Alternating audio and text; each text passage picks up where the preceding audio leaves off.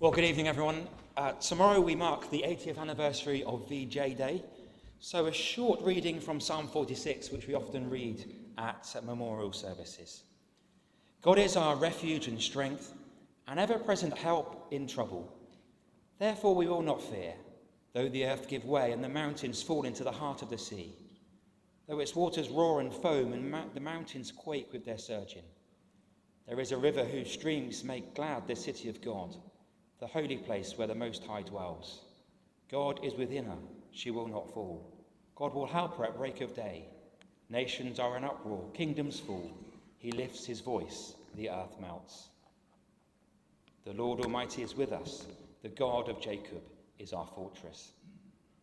It's just a reminder that whatever our circumstances, whatever troubles or fears we have, we can find refuge and peace in God. So, two short prayers. Let's pray. Lord God, we praise you for being our help and fortress in troubled times. We thank you for the peace that you have blessed our country with these past 80 years. We pray this day for all those who are troubled in mind, body or soul, to find help and refuge in you. We pray for ourselves that we might let you be our strength when we feel weak or troubled. And we pray now for our time together this evening, and ask you to give us wisdom, clarity of thought, and unity in purpose. We pray for your blessing on this meeting and all who are part of it. And we ask this in Jesus' name. Amen. And the prayer for this week in the Church of England calendar. Almighty Lord and everlasting God, we ask you to direct, sanctify, and govern both our hearts and bodies in the ways of your laws and the works of your commandments, that through your most mighty protection, both here and ever, we may be preserved in body and soul, through our Lord and Saviour Jesus Christ, who is alive and reigns with you in the unity of the Holy Spirit, one God, now and forever. Amen. Amen. Please do be seated. Thanks, Bill. Thanks.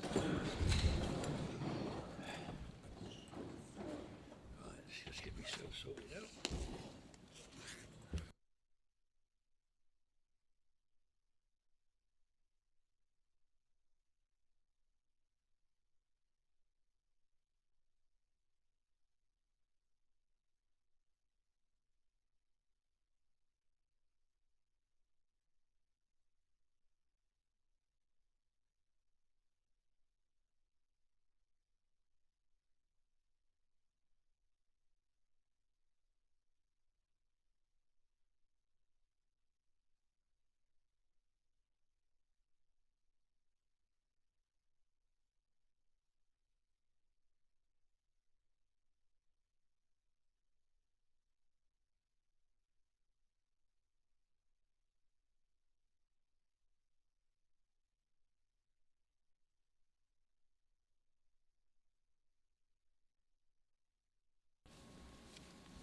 Right.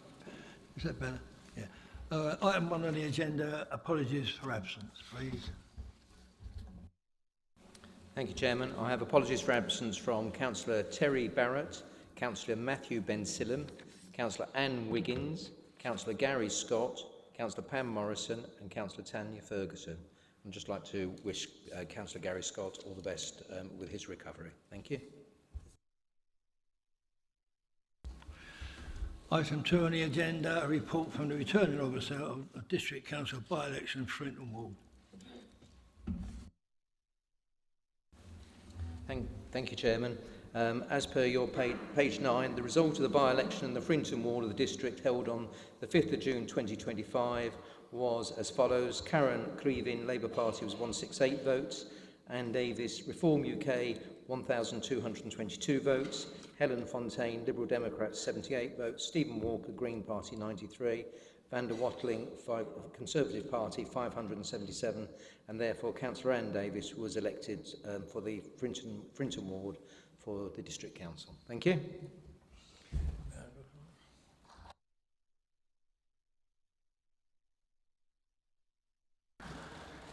Congratulate Anne on her rejoining the council, and maybe hope you you know, you enjoy yourself as much as you did last time. I think a round of applause. Thank you as a thank you.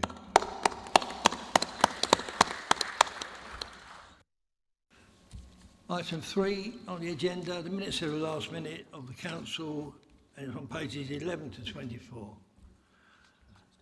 Can I, Councillor Mark Stevenson. Thank you, Chairman. I'm happy to move them on block.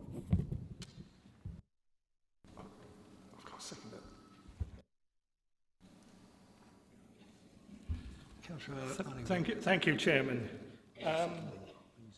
Are you seconding this motion? No, I'm commenting on the minutes.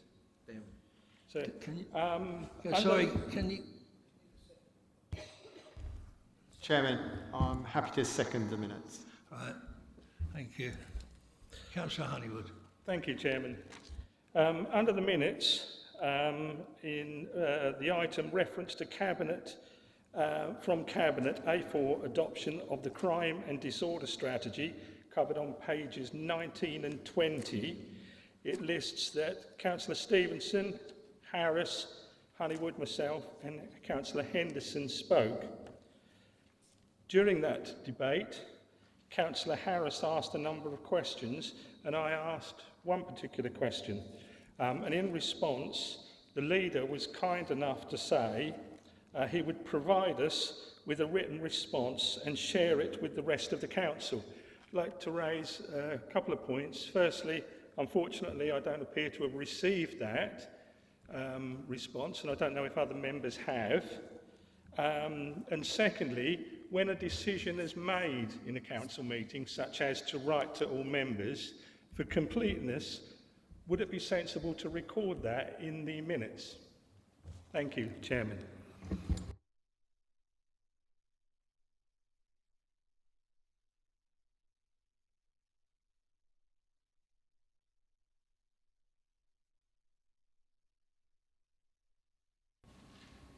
Councillor Stevenson. Apologies, Councillor Honeywood. If that has been overlooked, I will look into that and get that resolved for you.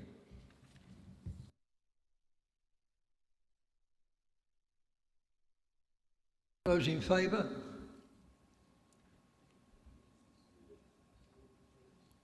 Any against? One against? No, you voted for it. No. Abstain? Anyone abstaining? Unanimous.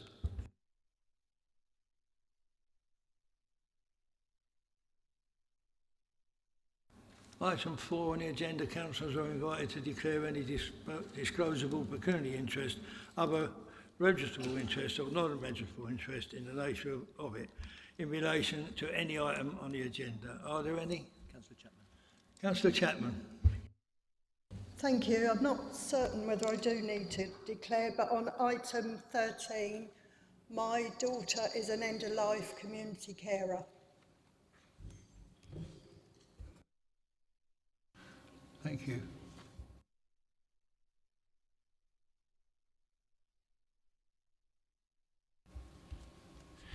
Item 5.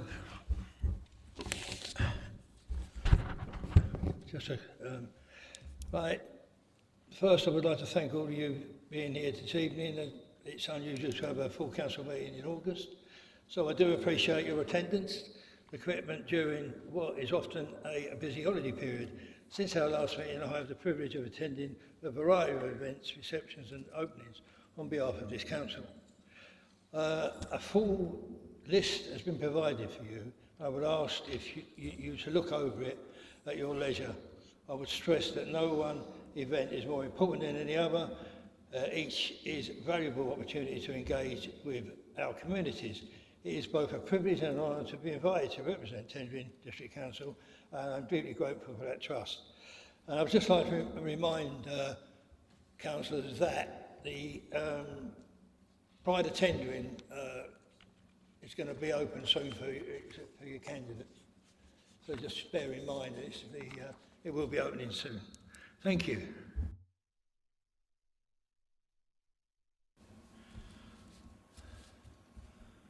Item 6, the council is asked by the Chief Executive. Thank you, Chairman. I have none.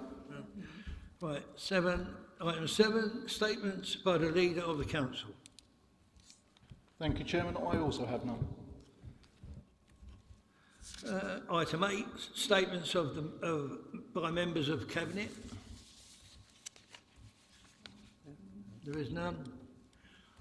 Item 9, petitions to the Council. There are none. Right, item 10, questions pursuant to Council Procedure Rule 10.1. There are none.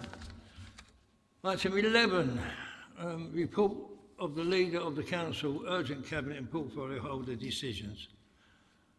Mark Stevens. Thank you, Chairman. I'm just happy to move them. No. Item. Oh, sorry. All those in favour? Any against? Any abstain? No. That is unanimous. Item 12, minutes of the committees, page 29 to 130. Councillor Stevenson? Thank you, Chairman. I'm happy to move them on block as well. All those in favour? Any against? That's unanimous. That's carried. Right. Item 13, a motion to the Council pursuant to Council Procedure Rule 12, end of life care in NHS and hospices. Councillor carried on. Councillor Doyle? I would like to move the motion on page 131 of the agenda. The motion is that this Tendring District Council notes that the NHS was set up to provide care from the cradle to the grave, yet care at end of life is currently greatly under-resourced. Notes that the impact of this on the district of Tendring's population is amplified due to its elderly demographic and has been exacerbated in recent times with the reduction of inpatient beds at end-of-life care providers, both charitable or otherwise, many of which are currently struggling financially.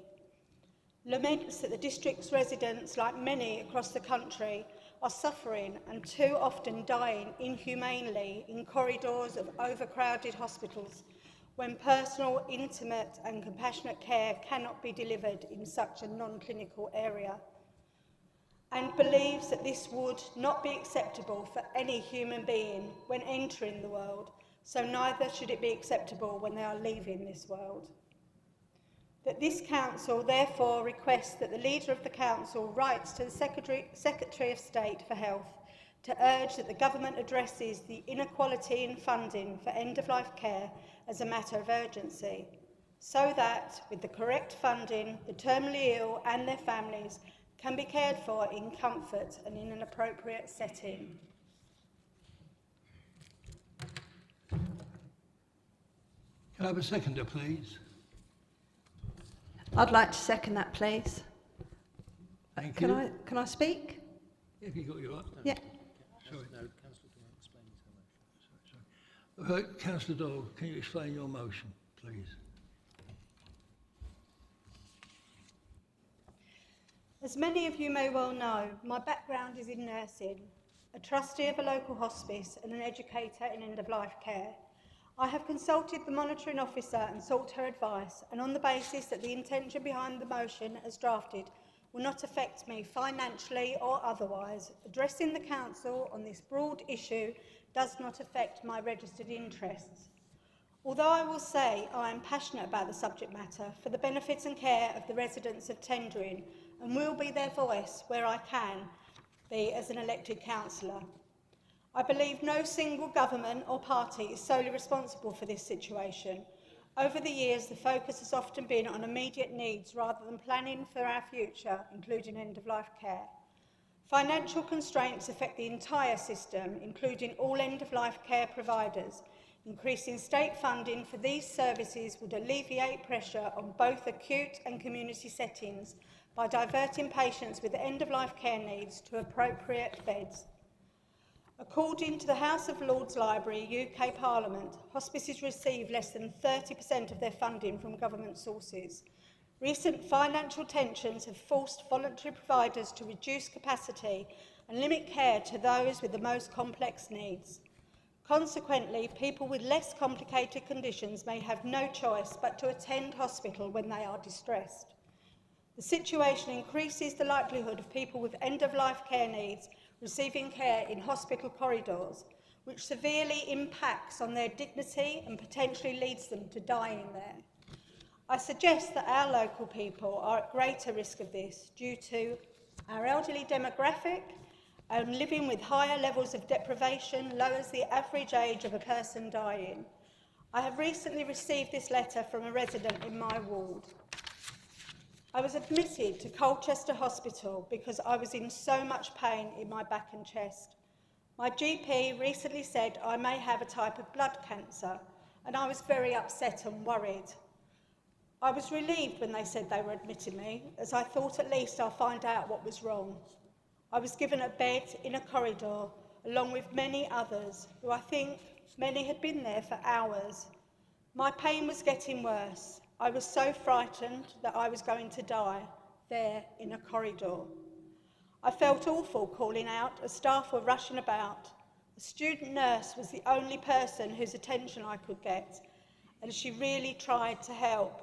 It seemed like forever until someone gave me some medicine, and even longer for my pain to be relieved. I needed to go to the toilet, but didn't ask to go until I simply had no choice. Where is my dignity? Where is my respect? I could have laid there and died, and who would have cared? This was not somebody at end of life, but depicts how frightening the experience is. Imagine how you would feel if this was you or someone you loved dying in that situation. We recognise the pressures on the NHS and the current lack of hospital capacity. Sustainable funding for end-of-life care providers must be a priority to support those at risk of dying on hospital corridors. As elected councillors, we must advocate for residents to receive the best care, including compassionate, personalised, high-quality care at the end of life. I urge the Council, across all parties, to support my motion to request that the Leader raises this issue on behalf of Tendring residents. Thank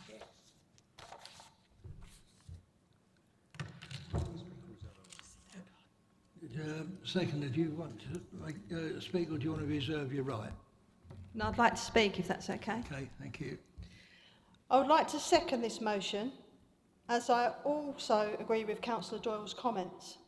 At some point in our lives, whether it's a relative, loved one, ourselves, we will be faced with this situation.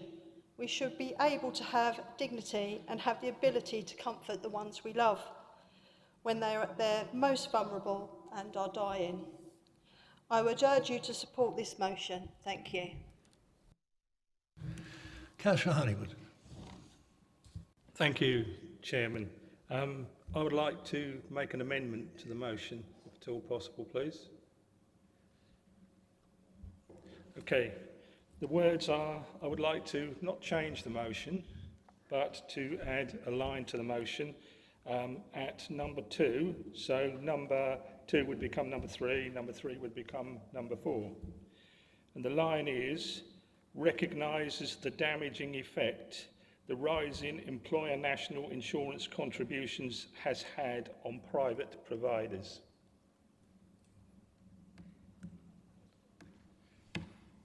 Recognises the damaging effect the rise in employer national insurance contributions has had on private providers.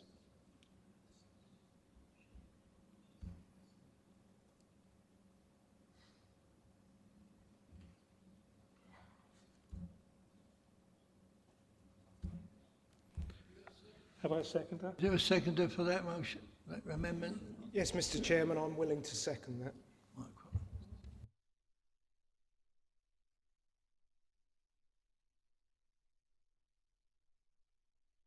Members, can I just remind you that you're now debating the amendment to the motion.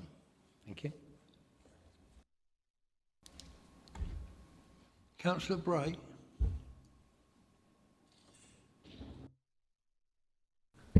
Thank you, Chairman. I had intended to speak on the original motion, but actually this doesn't make much difference to what I intend to say. First of all, can I thank Councillor Doyle for bringing forward this motion? As you here all know, I have something of a vested interest in the subject of end of life. I lost my wife, as many of you will know, in January 2019, and I spent 7 days and 7 nights next to a hospital bed. We were lucky we did have a hospital bed and even a side ward. And having listened to the harrowing case read to us by Councillor Doyle, I think we were perhaps luckier than I thought we were. The staff were absolutely excellent. They were superb. The facilities were perhaps not all they could have been. The window didn't fit properly and let cold air in quite badly. It was a very cold room. However, I now consider myself luckier than I thought I was. I picked up a few pieces from this motion, firstly from the cradle to the grave. Absolutely. Absolutely. And most importantly at the end, or most importantly to me, is that we all think of the person who is ending their life, but actually the people around them are just as important. It's a moment in time when you find suddenly that somebody you've loved and cared for many years is about to leave the world. There are conversations that you have that you've never, ever had before. You need the space to do that. You need the personal space to do that. And I was lucky enough to have it. Everybody else should be too. I absolutely support this motion, 100%. And I thank you again for bringing it forward. Councillor Calver. Please seated. Thank you, Chair. Firstly, may I congratulate Councillor Doyle on a very well prepared motion. And may I also congratulate Jeff on a very brave speech that can't have been easy to give, but certainly came from the heart. I think the way both of them have spoken reflects how important this issue is and how everyone across this chamber has been affected, or as has been said, will be affected at some point by this issue. It is too important an issue to be dragged down into a political debate. And that, I believe, is what this amendment is intended to do. I'm disappointed the amendment has been tabled. I would urge everybody to oppose it. This is not a political issue. Thank you, Chair.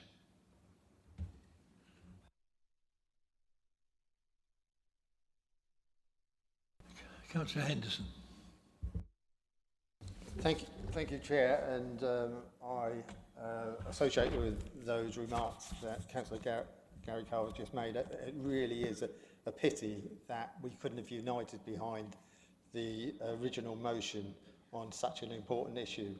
Firstly, Chair, on making my speech, I think we should take this opportunity to pay a massive tribute to the community nursing teams who provide this service day in, day out. Also, not forgetting the vital service the hospices provide to patients and families when dealing what can only be a very sad and traumatic time. It is of course about NHS receiving the right amount of funds, but it's also about having the right amount of support at a time when it's needed most. From what I understand, one of the main barriers on providing support to patients and their loved ones can be GPs not visiting deteriorating patients and not prescribing the end-of-life medications in a timely manner, which can lead to increased pressure on the urgent community response service, for example, the dedicated community nursing team. And on hospitals, Chair, I think we can all agree with the comments within the motion which states in recent times with a reduction in beds at end of life, care providers, charity or otherwise, funding has been an issue over the past few years. It should never be the case that too many patients die an undignified death due to the lack of appropriate beds for end of life. Although I am informed that most patients in our area do choose to be at home. That now brings me to the case of dedicated beds in the local community hospitals. Take our local Friar Hospital. From what I believe and what I've been told, it used to be used as a place for those who made a choice not to spend their last days at home or in an acute hospital, and would rather have support provided in their local hospital where family could attend easily without restrictions. I've been informed that the local Friar Hospital now takes overflow patients from Colchester Hospital, so therefore end-of-life beds are reduced and now very rarely available. As I've already mentioned, it's not all about funding, it's also about receiving the right support at the right time and in the right place for patients and their families for their choice. Chairman, I would hope that we would all get behind the original motion and send a message not only to the government, but we could also start dealing with our local ICB here to make sure that those beds are available.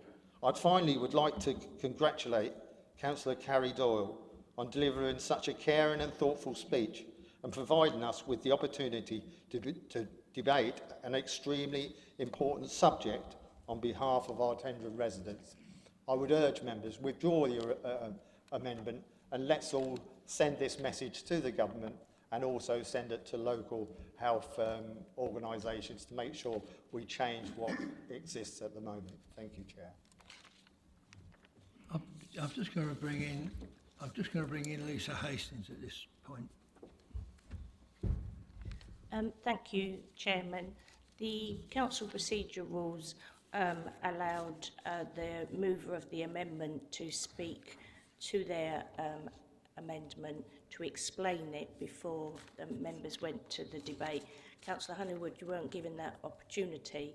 So what I would propose, Chairman, is that Councillor Honeywood is given that opportunity now, but he still is given the opportunity to come back at the end of the debate like he's permitted to under the Council Procedure Rules, and apologies for the omission that we went too quick into the debate on the amendment. So in effect, you'll be able to speak twice.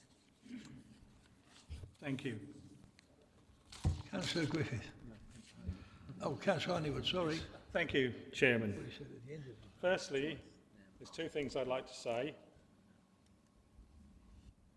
Thank you to Councillor Doyle for bringing this motion. It is very important, and I agree with the content of her motion and I agree with her speech.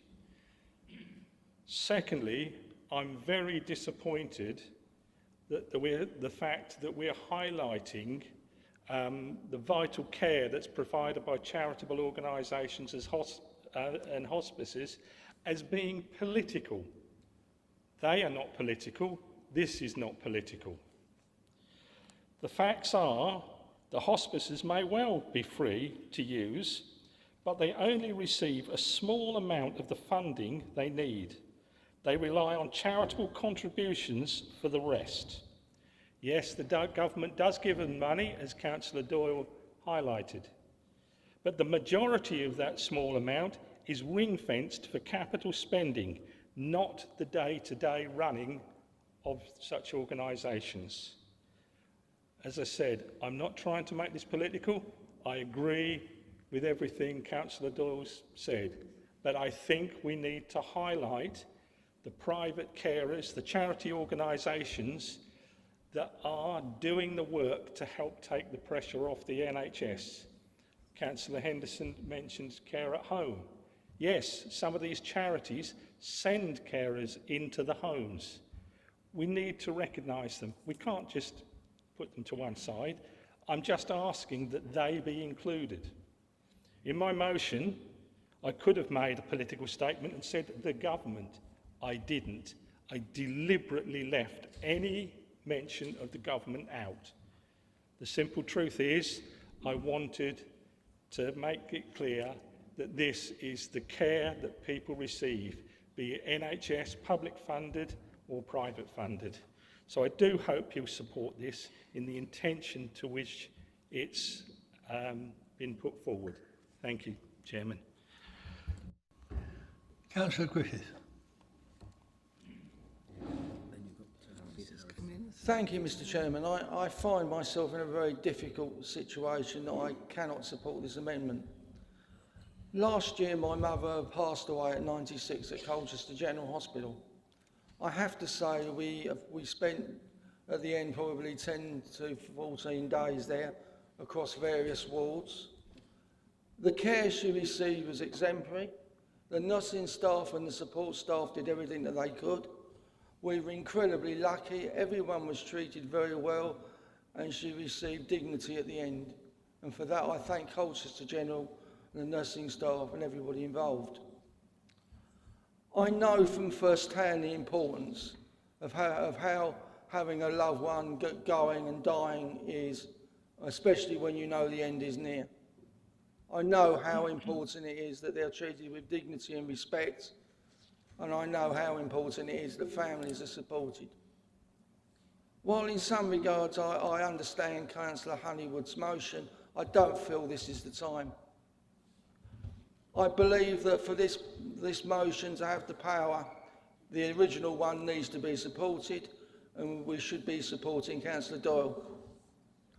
I believe that for those of us that have people at the end, whether they be friends, close family or residents, that our older ones deserve nothing less, and that anything that we can do to support people in their hour of need, families at the end, and our wonderful National Health staff should be done, and this motion, or Councillor Doyle's original motion, should be supported.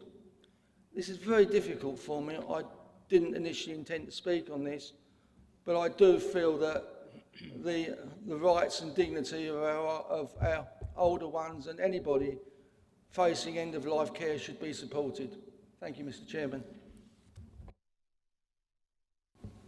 Councillor Harris. Thank you, Chairman. Firstly, I'd like to pay tribute to Councillor Doyle for the work that she and the service that she has given as a nurse. And I'd also like to pay tribute to everyone involved in nursing and the care sector. You know, this topic, end of life, etc., will no doubt affect all of us at some stages of our lives. I myself went through this a few years ago with my father, who went through the palliative care situation and through the provision of the service that they provide. My mother at the moment is in care, 86, and I see and I hear the end of life treatment that many of the elderly pensioners have in those care homes. And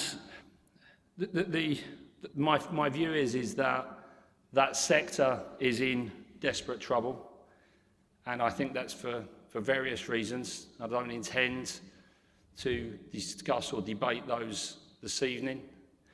I will support the motion, and I do understand Councillor Honeywood's comments on this with national insurance increases, because I see it every single week when I go into the care home, and I see and I hear the pressures that they are under as well.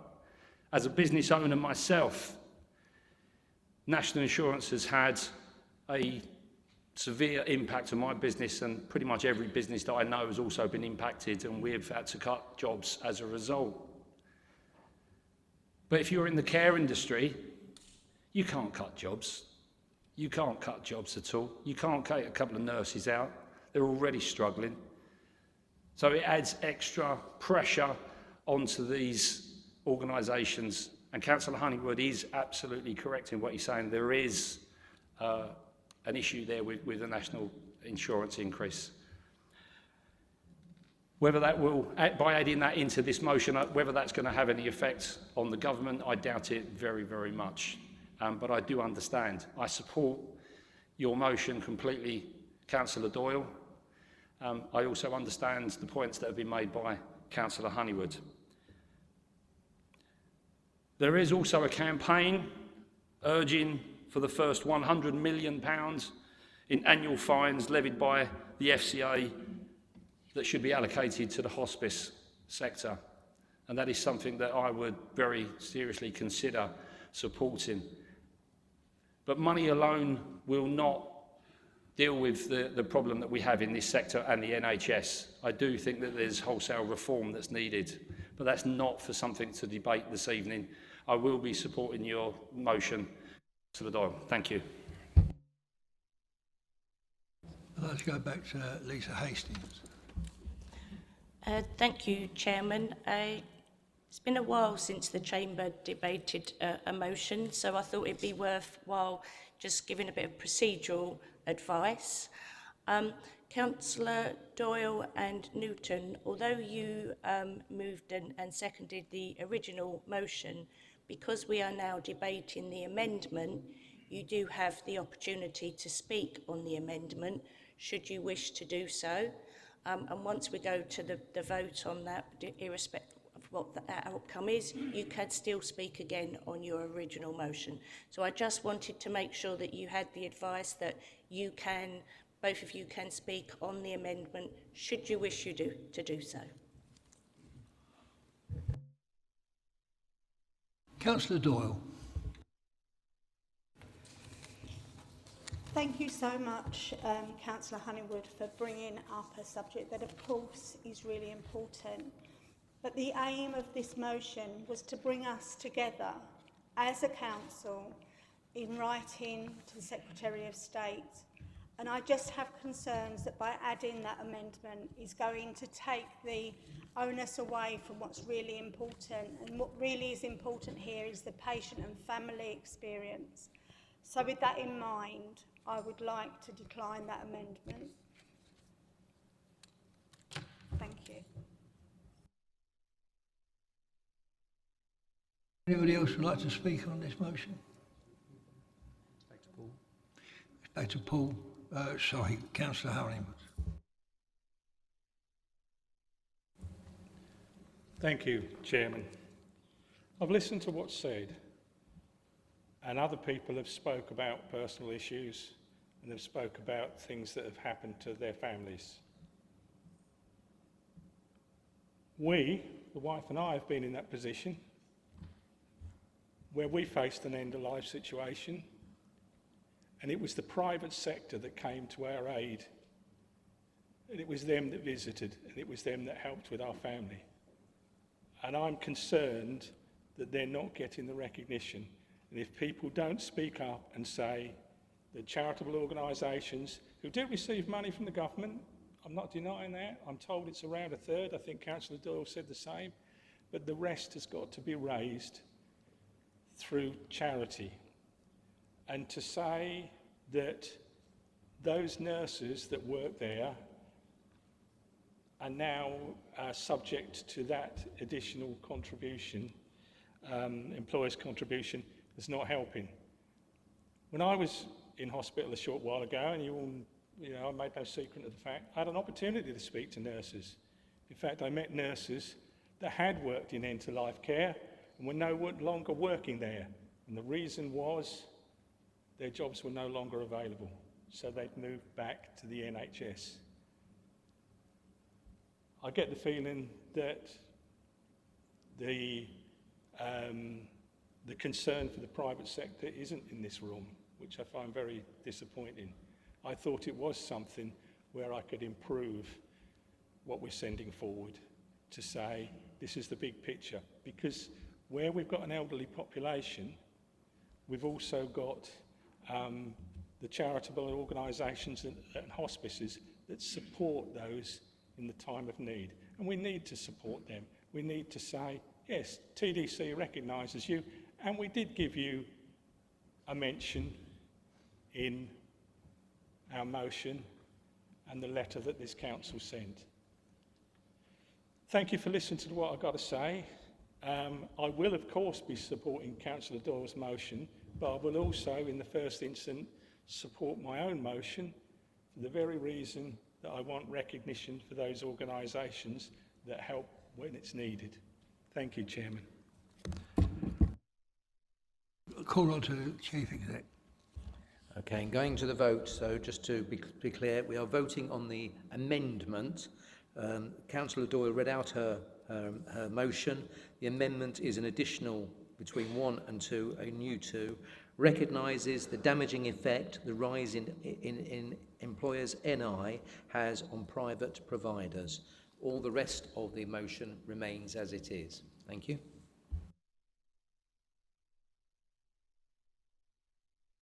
Right, councillors, we go to the vote now. All those in favour of the amendment?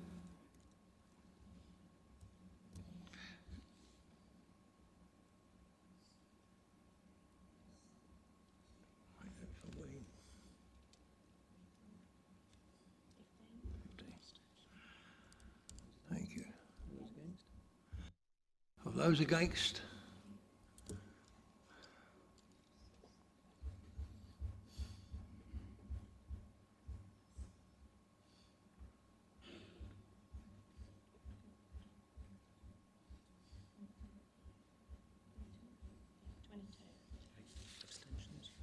Any abstentions? 3, 4.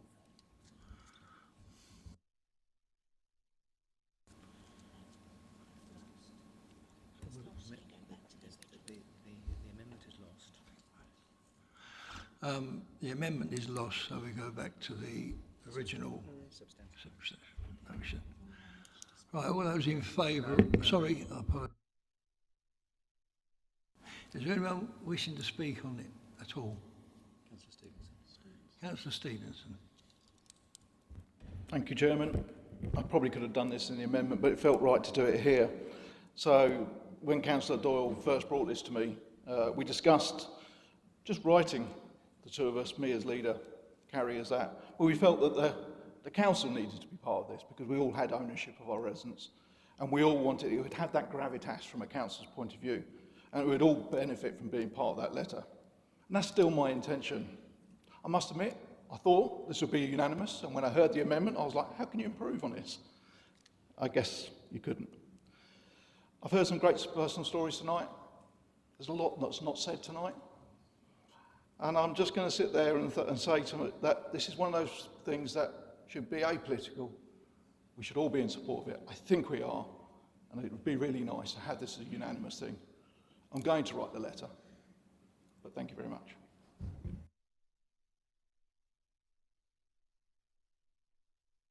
Is there anyone else want to speak on it? We'll go back to Carrie. Right, we go back to Councillor Doyle. Thank you to everybody that shared such personal and moving accounts of what's happened in your life. You've actually spoke to my soul. I am so pleased that we will stand united to support those people in our community with end-of-life care.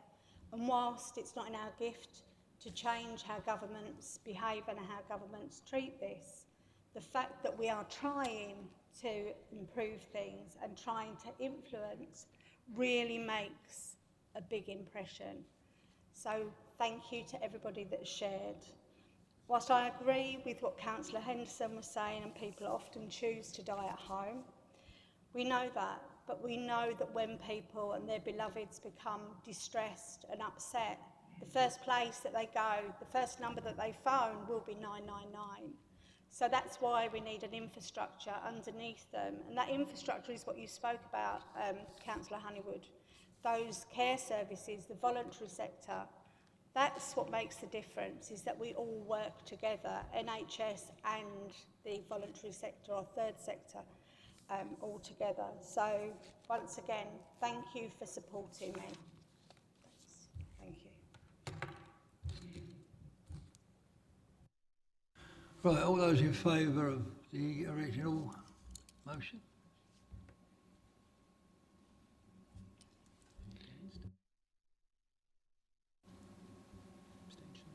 Any abstentions?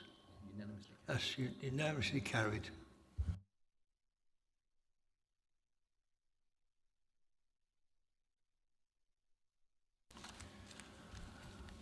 Item 14 on the agenda is a motion to council pursuant to Council Procedure Rule 12, Clacton Police Station, pages 133 to 134. Is it Alexander? Councillor Morrison. Yeah, sorry, Councillor Alexander. Councillor Alexandra.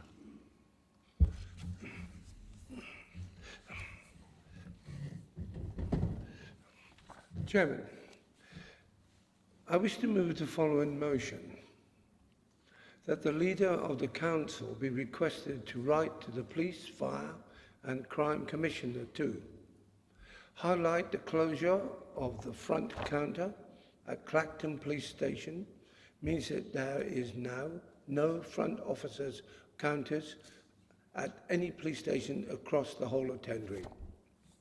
To raise concerns that some residents, especially the elderly or vulnerable, without internet access will find it harder to seek advice or support from the police, and to seek assurance that this decision will be reversed if there is not a marked reduction in crime and an increase in public confidence.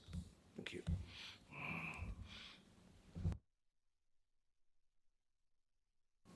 Can we have a seconder?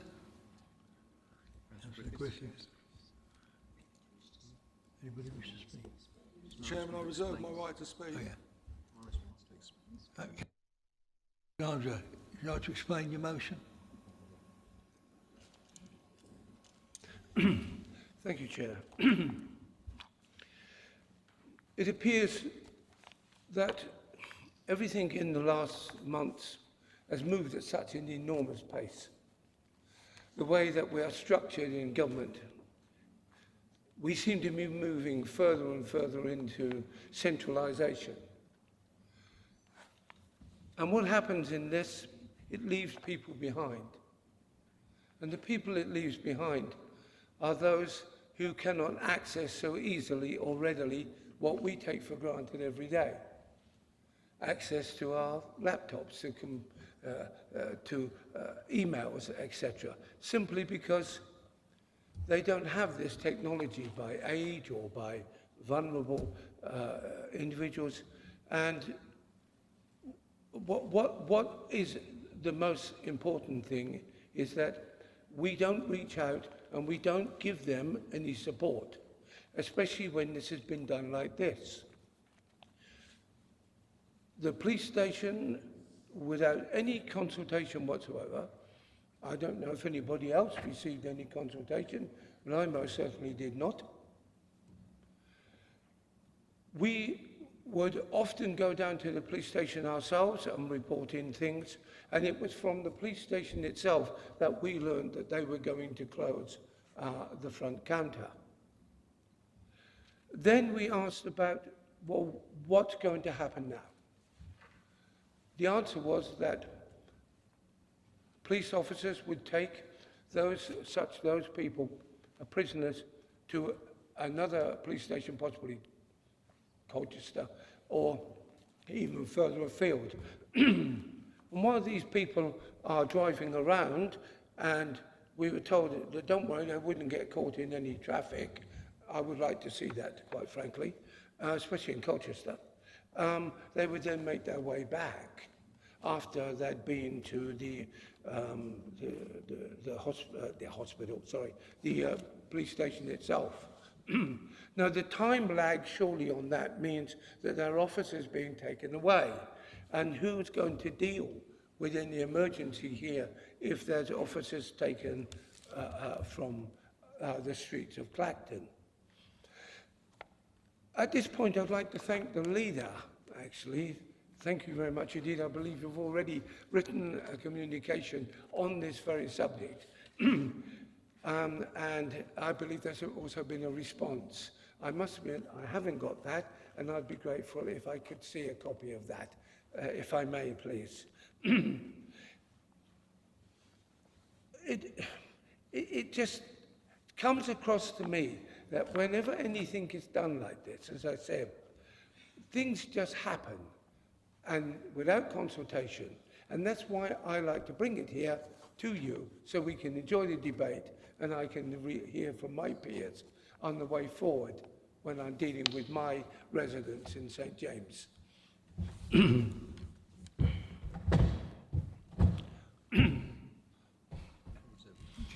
Councillor Griffith, would you like to speak or do you want to reserve your right? And reserve right, Mr Chairman. Anybody else? Councillor Baker. Thank you, Chairman. I wasn't going to speak, but I suppose really with my background I should. I'm sure the PFCC has said that police stations don't solve crime, cops do. I hate the phrase cops, police officers. I'm going to support the motion. I know the leader has written to the PFCC. I can't remember what the reply said because we get so much. It was probably a while ago and it's gone out of my head. My main worry was, Chairman, that it appears there was no consultation at all with members of the public. Not only members of the public, but their elected representatives, i.e. us. It would have been nice to know the reasons. Now, we've been given a reason, and I thought it was a really poor one. I can remember, it was a while ago now, but our front office at Bethnal Green was manic for 24 hours a day, 7 days a week, because that's where people came to, because that was where they felt safe, where they could talk to someone. It's all right saying, oh, you can contact the police on the phone. Some people don't want to do that. You can contact them by the internet. That's fine if you know how to use the internet. We have an elderly population. I can say that, I'm one of them. In Holland-on-Sea, part of my ward is in Holland-on-Sea, we have the highest proportion of over 65s possibly in Europe. Speak to them, they don't even have an iPhone, so how are they going to report anything? They want to go to the police station if they can get there. So I fully support the motion, and I hope that we get some sort of comprehensive reply explaining in detail the reasons as to why Clacton front office was shut. Thank you, Chair. Councillor Bray.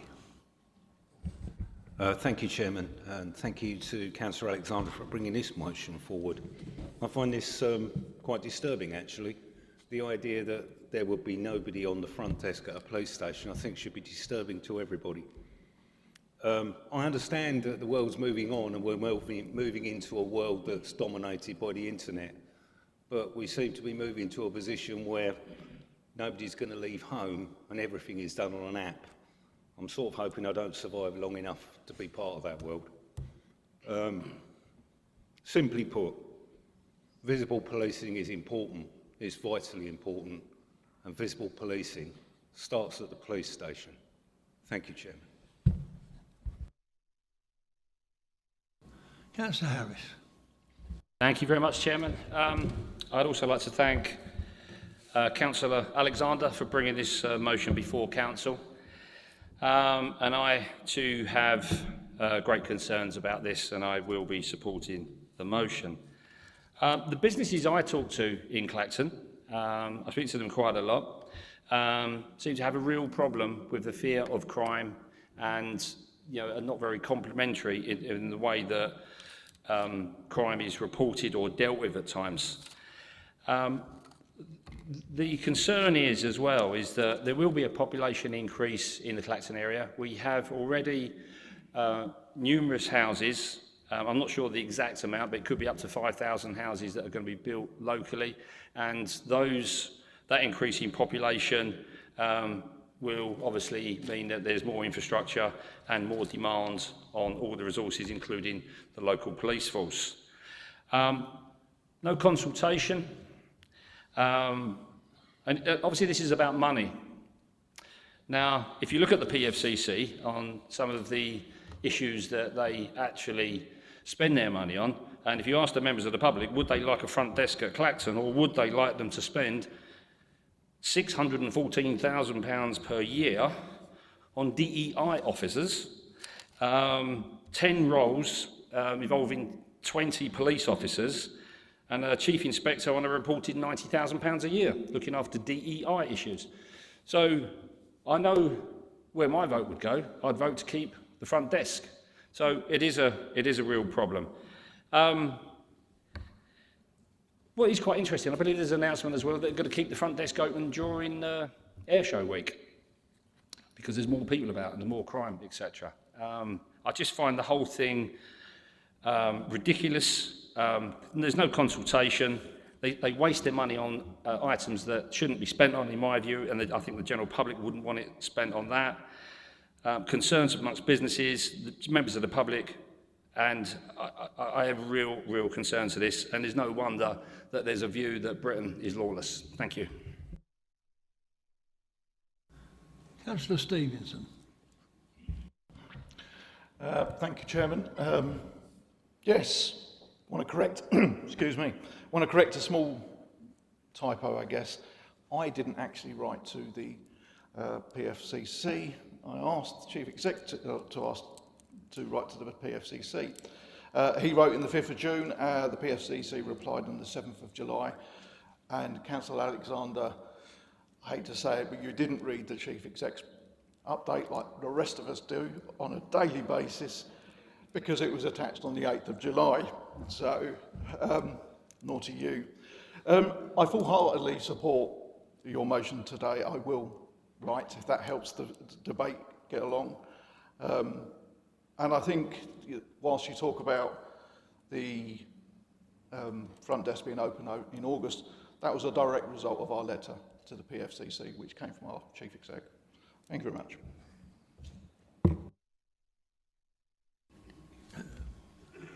Councillor White. Thank you very much, Chairman.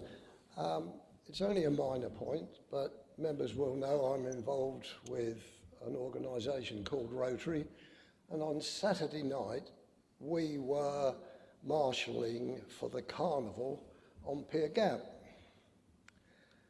And the first thing that was brought to me from a member of the public was a brand new mobile phone that they'd found.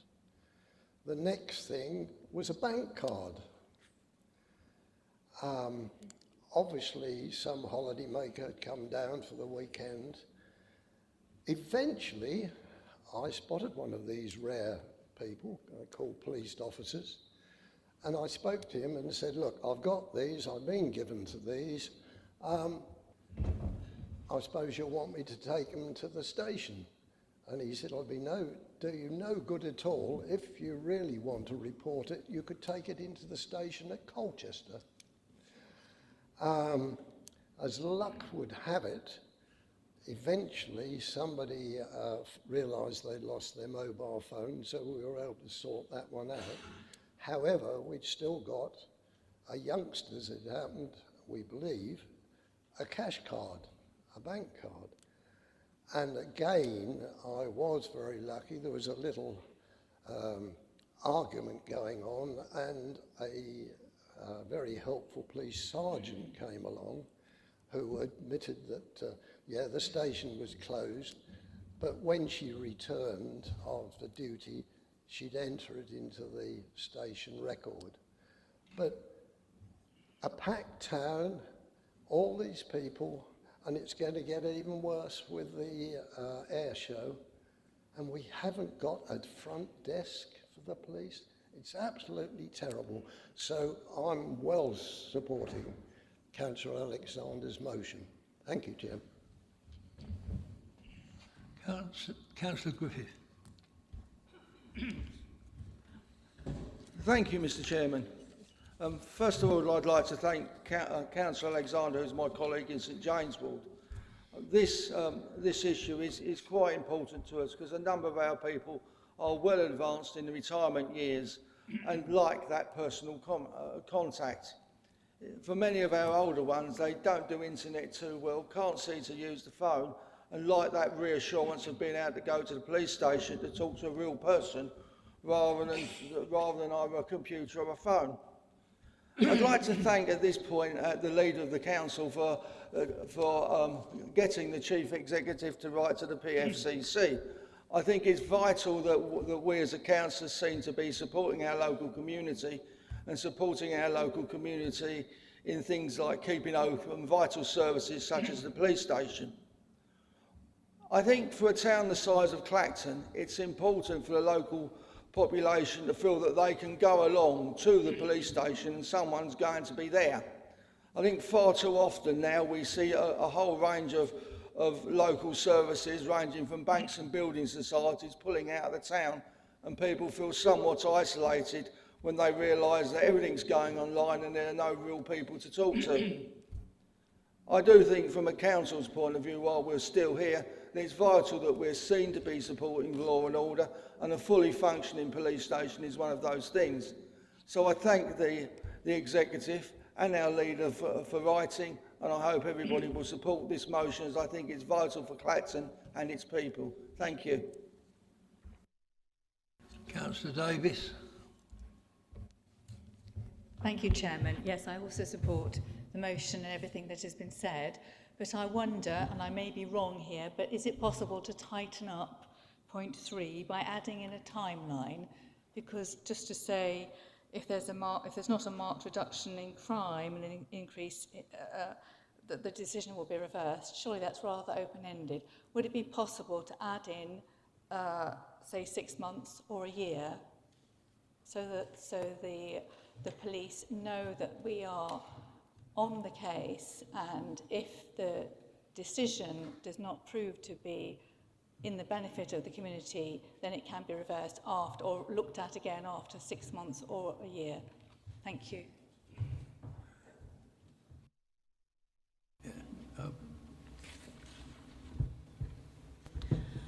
Thank you. Can I just be clear, Councillor Davis, are you moving an amendment? If you are, you require a seconder.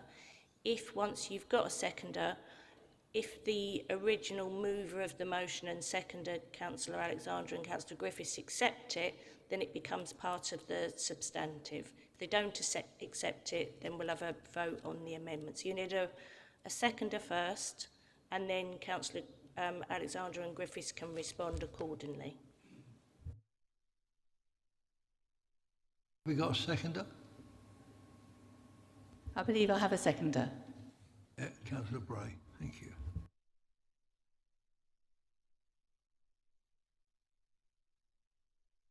Councillor Alexander. I will be more than happy to accept the amendment. Have we got a seconder for that? No, does the seconder accept? Does the seconder accept? Thank you, Mr. Chairman. Yes, I think that addition adds teeth to the motion, and I'm more than happy to support it. Comes a substantial motive. So now you can go to the vote. We're going to go to the vote now. All those in favour? Sorry. Councillor. Sorry, Chairman. Could I have what was the amendment? So was it 6 months or a year? Sorry, Chairman. Number 3 would then read, seek an insurance that this decision will be reversed within 6 months if there is not a marked reduction in crime and an increase in public confidence. Correct, Councillor Davis? Okay. Councillor Stevenson. Chairman, just a small point. I agree with the timing and everything else, but 6 months is too short a period. And the reason why I say 6 months is too short a period, Clacton is a seasonal town. So you will be literally looking at the law and order in the quietest months of when Clacton is about. So I think a year would give a full compass of what the real view on is. Thank you. Councillor Casey.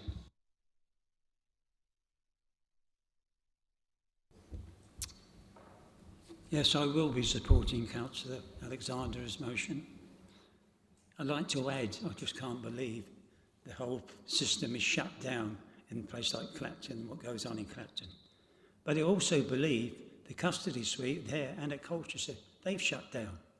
So what happens to an individual who's actually caught here? Where do they go? Where do people go to see them? I think it's Chelmsford, I've been told there. So that's incredible, isn't it? Somebody's got a problem, they've got to go to Chelmsford. Amazing decisions. Well said, Morrison. Lisa Hastings. Thank you. Councillor Stevenson, if you have a seconder to your proposal of 6 months to a year, then the original mover of the motion and seconder can accept it. And then that can form part of the substantive motion as well. Any more procedural advice? You second that? Chair, I'll quite happily second it. Okay. And now Back to Councillor Alexander. Thank you, Chairman. 1 year is exactly the time scale I had in my mind. That's what I thought would be right. Councillor Griffith, do you accept that? Thank you, Mr. Chairman. I'm quite happy that a year was the number that Councillor Alexander had in his mind. I think it's an eminently sensible suggestion. And on that basis, I'm more than happy to accept it.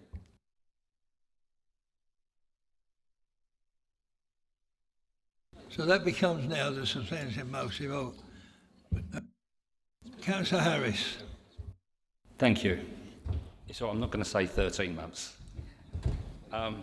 Just a small point, but if we're looking at 12 months, we're going to look at a 12-month period.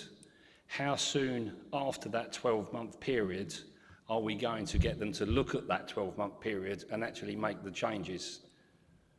So, yeah, it's getting complicated. So if you look at a 12-month period, are we asking them to reverse that decision immediately, or are we going to say, well, actually, that's going to be an issue? And the only other thing that I would add is that the new mayoral elections are next year, and the following year, the PFCC responsibilities, I believe, may well fall under the remit of the mayor. So there's going to be a few changes in terms of that, and how realistic would that be? I'm throwing it out there. Have some comment. Thank you. I'm going to go back to the Chief Exec, Ian. Just to say that what we will do is, because we cannot determine when the PFCC takes action, but we will include it in the letter which is going to go to the PFCC, both the request and also the timescale, and pick it up that way. And saying, as a matter of urgency, after that time, could you look at it? Can I just pick up one thing on that one is, and I don't want to preempt the next item, but actually the PFCC will exist until 2027, although you've got the mayor election in 2026. But we'll talk about that in a minute.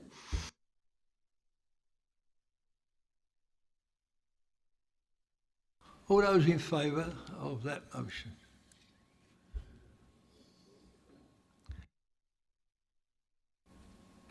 Any abstain? Anyone abstaining? Let's carry. Right.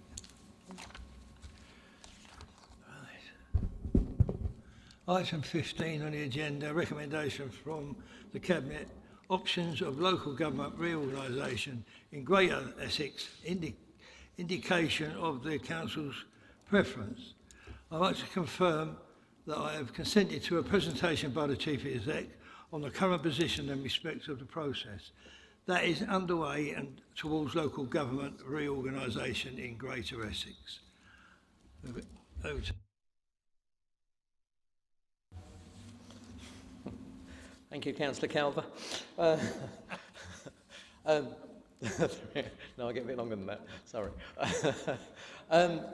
Members, thank you very much indeed, Chairman, for allowing me to speak tonight at Council. I think this is only the third time where at Council we have given a detail from an officer around something which is coming forward.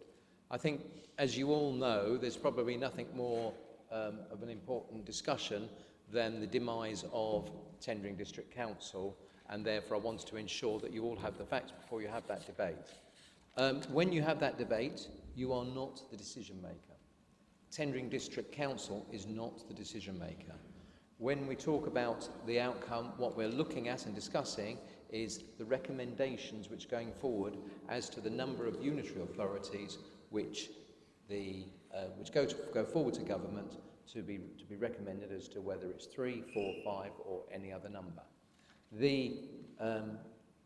the decision to go forward, to put forward number, is an executive decision, the Cabinet or the leader, Councillor Stevenson. However, tonight is the opportunity for you all to express your views in order to, when Councillor Stevenson takes forward his decision, then he has heard from Council as to what your views are. So this is not a decision-making evening, this is about hearing your views about the proposals. So if I may, so this will be the recommendation from Cabinet, which you have before you, the debate tonight, then the Cabinet meeting will be on the 12th of September. The actual submissions to Government must be by the 26th of September 2025. Fundamentally, there are 4 submissions, which I will come on to the detail in a moment. So the devolution white paper was published, and just as a reminder, on the 16th of December 2024. Apologies for those who were the all-member briefing last week. I know a number of these slides are repetitious. However, some were not there, and I think it is really important that you're all on the same page as to making that decision. Essex County Council, Thurrock and Southend requested devolution be placed on the priority programme. That means Essex County Council, Thurrock and Southend, as what is called the upper tier authorities, are requesting that put on the priority programme that Essex as a whole has a mayor. Essex as a whole has a mayor who will be a focal point, both in terms of some of the devolved services, such as strategic planning, such as skills, and in terms of sort of some of the roles in health, such as the role on the ICB, and many others. But as part of going on the priority programme, it also includes local government reorganisation, which is what does affect tendering. The devolution in terms of our sovereignty does not. Having an elected mayor, I think that broadly there's support for that across Essex. I say broadly because it's not going to be everybody, but the support for the mayor means that if you look at certain places such as Manchester, the West Midlands, London, Liverpool, people can name the individual who is the mayor as a focal point, but could you name, with all due respect to council leaders, could you name all the council leaders in that area? I doubt very much that people can. And that's why government are working to have elected mayor. So parking that over for the moment, and the election for the mayor will be in May 2026, so not far away. So you got on 21st of January, Tendering Council, we had a meeting and agreed that the Tendering District Council, what Mark and I, what Councillor Stevenson and I were tasked with is ensuring that we are put in the best possible position, and that the voices of tendering and North Essex more generally, because we're working with Braintree and Colchester in particular, is as strong as possible. So when we have these negotiations, we do look and say how we can ensure that we have a voice which identifies what is unique, what is important about North East Essex, and the focus that we should give. Mrs Hastings just reminded me that the election of the mayor will be subject to that being announced in a statutory instrument from government in order to that take place. So that is what is proposed. That actually is we'll need to go through in order for the election to happen in May 2026. The invitation to submit a proposal for a single-tier government.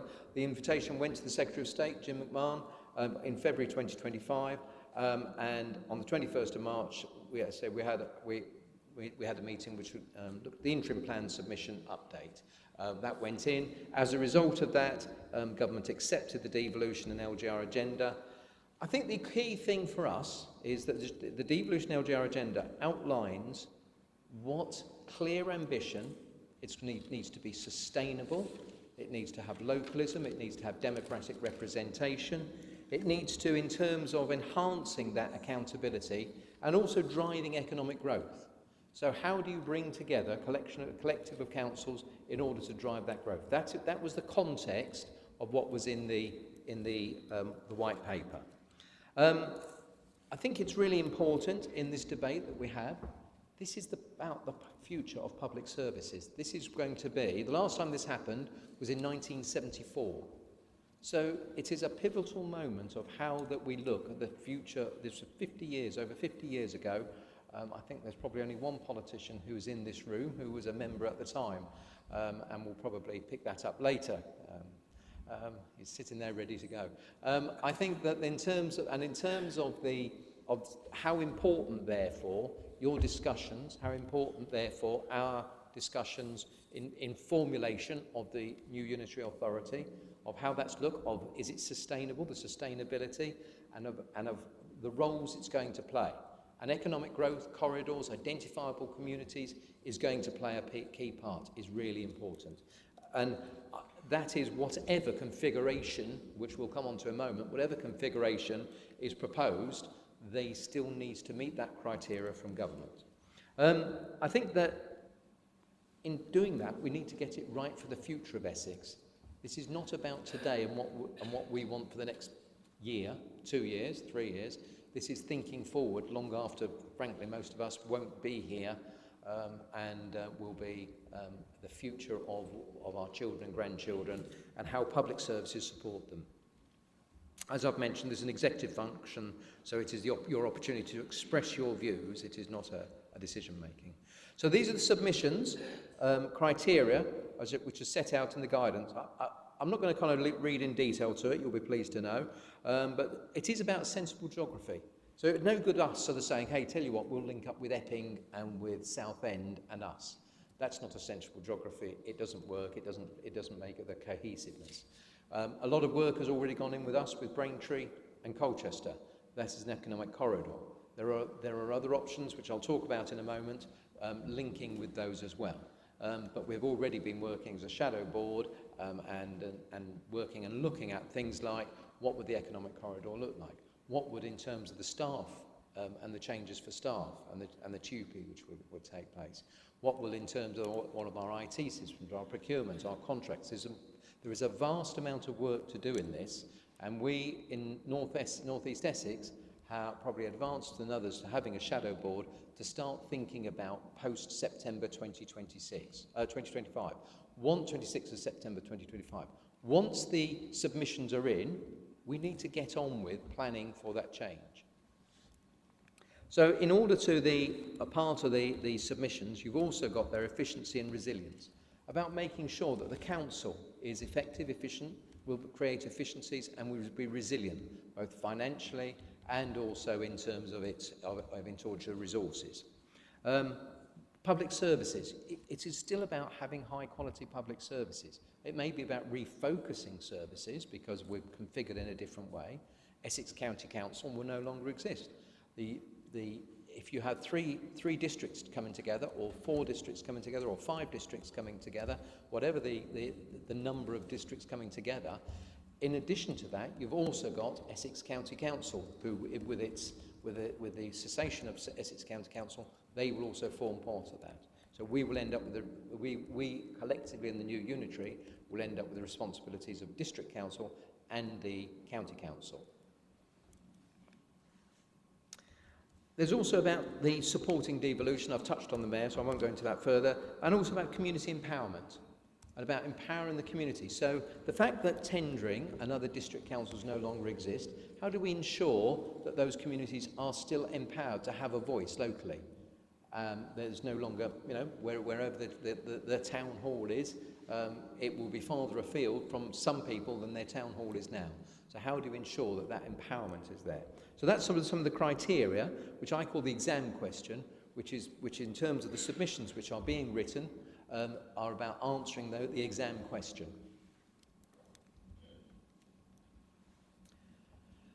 So when we submitted the interim plan, we had a response from MHCLG, and one of the things that they brought back to us was neighbourhood area committed, and it's expected to form differing models of delivery. So this is not about having the district councils or the county council and we just all carry on, but just sort of together. It's about how do you look at different ways of delivering service, models of delivery? How do you look at how you're configured? How do you ensure that communities are still engaged? And neighbourhood area committees are one of the things which came back from the Minister as some of the guidance. One of the key things, and I'll come on to it in a bit, is about councillor numbers, because there'll be fewer councillors, and therefore how do you ensure that those councillors are representative and can undertake the work? And I'll come on to that in a moment. Sensible geography. As I said, there is no point in having some dislocated geography. It's got to be how can cohesively a community be an identifiable area. There's been 2 streams of work which has commenced. So fundamentally, Essex County Council has led on a proposal which is for 3 unitaries across Essex. And then there's a secondary piece of work which was led by Southend predominantly, but with other councils supporting, which is for 5 unitaries across Essex. And in terms of the, if I can just finish, thanks. In terms of the TDC, we have contributed to both where invited. So where we've been invited to contribute, we have been voted to both. We have not committed for a long period in terms of whether we were in favour of 3 unitary authorities across Essex or 5 unitary across Essex. And the importance for that is that we could contribute to both, and we were looking to see what was the configuration telling us, what was the evidence telling us, and how, when we're looking at that, how do we think the best outcome for tendering, what will that look like? Would 3 be a better outcome? Would 4 be a better outcome? Would 5 be a better outcome? And we wanted to see best possible outcome for TDC. Before I go on, you wanted to pick something up? Oh, yeah. I did get permission to have points of clarification through Ian's presentation before anyone questions it. But I just wanted to highlight that where Ian said that the work being led by Essex was for 3 unitaries, it wasn't at the outset. So the 3 option came through the work that we were doing. So I just wanted that clarification. It didn't start off at 3, it came up with 3 through the process. So I just wanted to point that point. My conscience in my background is here, so when I get anything wrong, we'll sort of fill in. And that's absolutely right. Essex started with an open that they have now chosen going on for 3 as opposed to the 5. So in developing the proposals, there's been cross-party working on 5 and 3 cases to ensure the robust evidence and outcome. And there is even a data sharing website for the councils where they can put evidence on there, and that is accessed by both. There's also been a number of different financial streams which have been undertaken, and there's been a piece of work now which is being done, which we're waiting to see for Essex County Council from BWC. There's also a piece of work which has been done from the 5 from Grant Thornton, so it's 2 eminent audit companies, also a company called People2, and also CIPFA. CIPFA is the recognised body for our accountants, and CIPFA did a specific piece of work around debt and assets. Some councils have not opted for one case, and as I say, that's us included. Whichever case is chosen, when it's chosen, post-September the 26th, at 1 minute past midnight, we all need to work together. Whatever somebody said they wanted 3, they wanted 5, they wanted 4, or anything else, we need to work together to make it work. And actually, another more important partner for us in doing this will be Essex County Council. We won't be disaggregating or aggregating services with Thurrock and Southend or in upper tier authorities, because the provider for adult social care and children's services, highways, and a myriad other things in tendering is Essex County Council.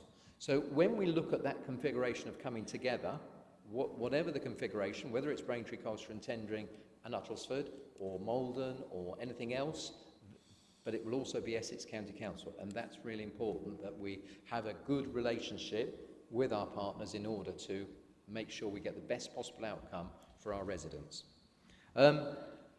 Future dependent on how the new units are managed. And actually that's a really important point, because we can ensure sustainability, but the first day a new unitary comes into being, we can say they're all sustainable, they're all going to be great. The first day they come into being, one unitary can make some really bad decisions, one unitary can make some really good decisions. So you can only predict what the outcome is, but you can't say until they come through. So you are dependent on good members making good decisions, and like us, with good financial management, and also the ethos of the council, the culture of the council. That is going to be so important, that you've got a good culture in the council, and that culture is about the sorts of relationships which you all have, to your credit, and also in terms of the way in which things like the briefings, things like making sure members are well briefed about the myriad of services. Some of them will be new to members because they're either county councillors who go into the unitary or district councillors who go into the unitary, and they will have the services which they've not experienced before. And whatever the outcome, there will also be the disaggregation of Essex County Council. And by that I mean in terms of their services, their staff, and the funding. So here's our... Yep. My conscience has just pricked me for a moment. Just another point of clarification. When Ian said that county councillors and district councillors will go into the new unitary, that is obviously dependent upon the outcome of elections. I just wanted to make that point. Don't anybody think that they're automatically going to move over. So I just wanted to make that.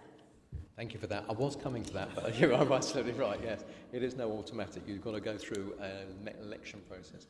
So on your tables, you have got a copy of the 4 current options which are at the moment being considered.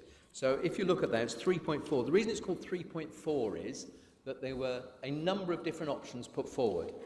And the 4th option for 3 unitaries, so that's 3 unitaries, and the 4th option, which has been chosen by Essex County Council, as you can see there, has us with Braintree, Colchester, and Uttlesford.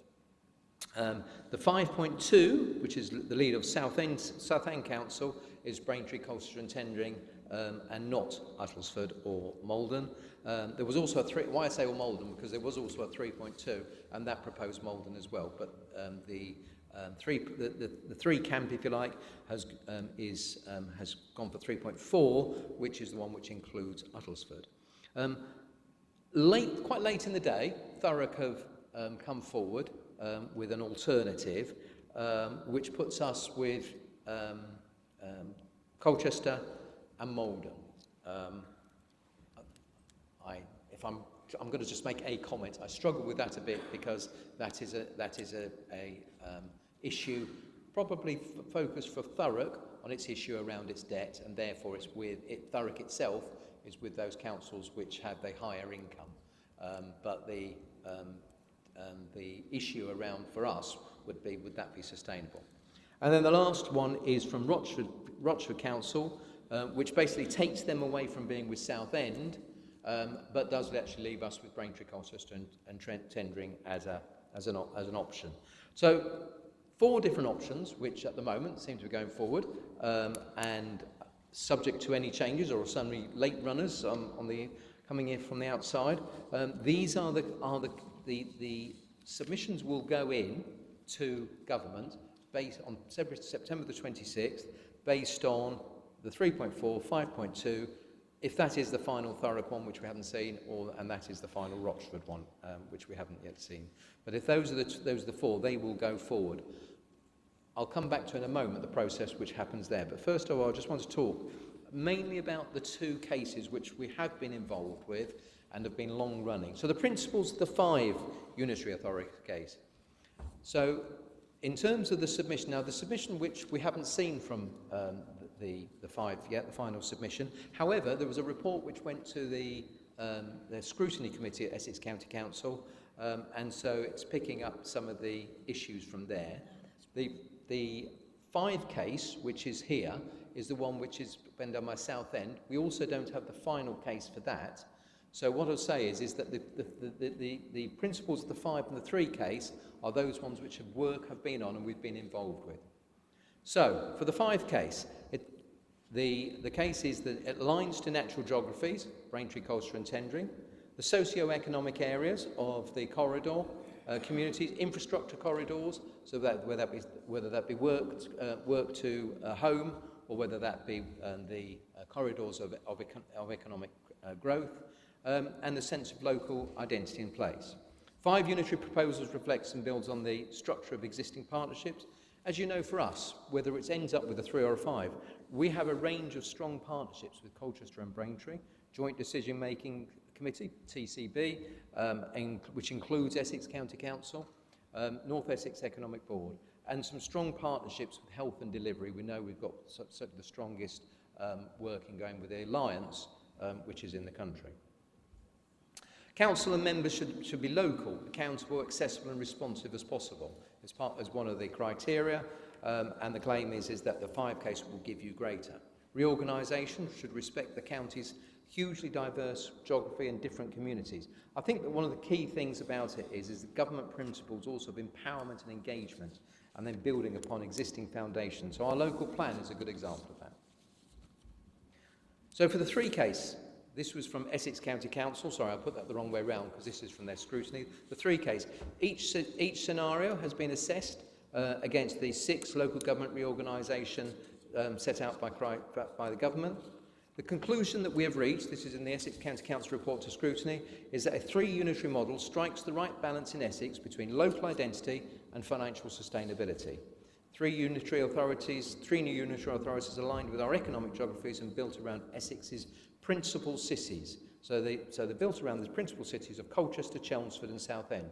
If you look at if you look at your maps on there, you'll see there's 3 bands across there for 3, and each one has one of the cities in it. So you've got at the top Colchester, the centre Chelmsford, and then obviously in the south it's Southend. And that's about strengthening the city base and with the surrounding region by creating conditions, as it calls for, economic dynamism and growth. In terms of the 3 case, it argues that this model secures financial resilience, and obviously that's an important discussion that has been had, protects the delivery of critical services, and creates the capacity to deliver strategic economic and housing growth. And we know from that the government has put strong housing growth figures in there, and actually having the wider strategic around housing growth. Strengthens the links between individuals, communities and government, and delivers the capacity for longer-term transformation. So they are basically the 2 sort of the different cases for 5 or for 3. There's a number of things you could say actually overlap, because communities and how people see what the construct of communities and what are the best community base. And I think that's something which you will then probably, as members, draw out in your discussion, because that is where do you see that best construct for the local area. One of the main questions which we've had in going into this is, what is the financial exam question? So you can see there, cases must be supported by robust evidence, hence the piece of work with PwC, with Grant Thornton, the People2 and CITFA. And it must include clear outcomes and cost-benefit analysis, which is what is part of the work which is going to the submissions. Local government are whole on a firmer footing. We know there is significant challenges for local government, whether it be adult social care, children's services, highways, the myriad of services which we see around for planning, growth, economics, etc. So it's about how we can reconfigure to make those services stronger. And I'm not saying 3 or 5 in that instance does either way. I'm just saying that is what the financial question set by MHCLG is for there. For areas where there is exceptional circumstances and there's been failure linked to capital practice, proposals should reflect the extent to which implications of this can be managed locally. So you can, where you've got debt, where you've got failing services, etc. And the final proposals to include how indicative efficiency savings could be identified, benchmarks against the population of 500,000. Government had originally, in a previous iteration of LGR, had talked about that the ideal population was 500,000. They have actually now sort of said that that's a guidance, reined back from that and said the case needs to be made, but we'll look at cases which are below 500,000. And actually, whether it's a 3 unitary authority proposal or a 5 unitary proposal, you would still need to do that in your case, in both cases. So key outputs from the work to date: the use of evidence is clear and takes advantage of information obtained and available from the government reorganisation activities, and evidence suggests that disaggregation of Essex County Council revenue costs can be accommodated within the 3, 4 or 5 unitary authority model. Remember the 4 being that there's 2 which is also being developed for 4. The work done by CITFA to date does not highlight any flags, which was their phrase, in terms of accommodating debt across the county. The debt is the debt, and actually whether you've got 3, 4 or 5, the debt is there.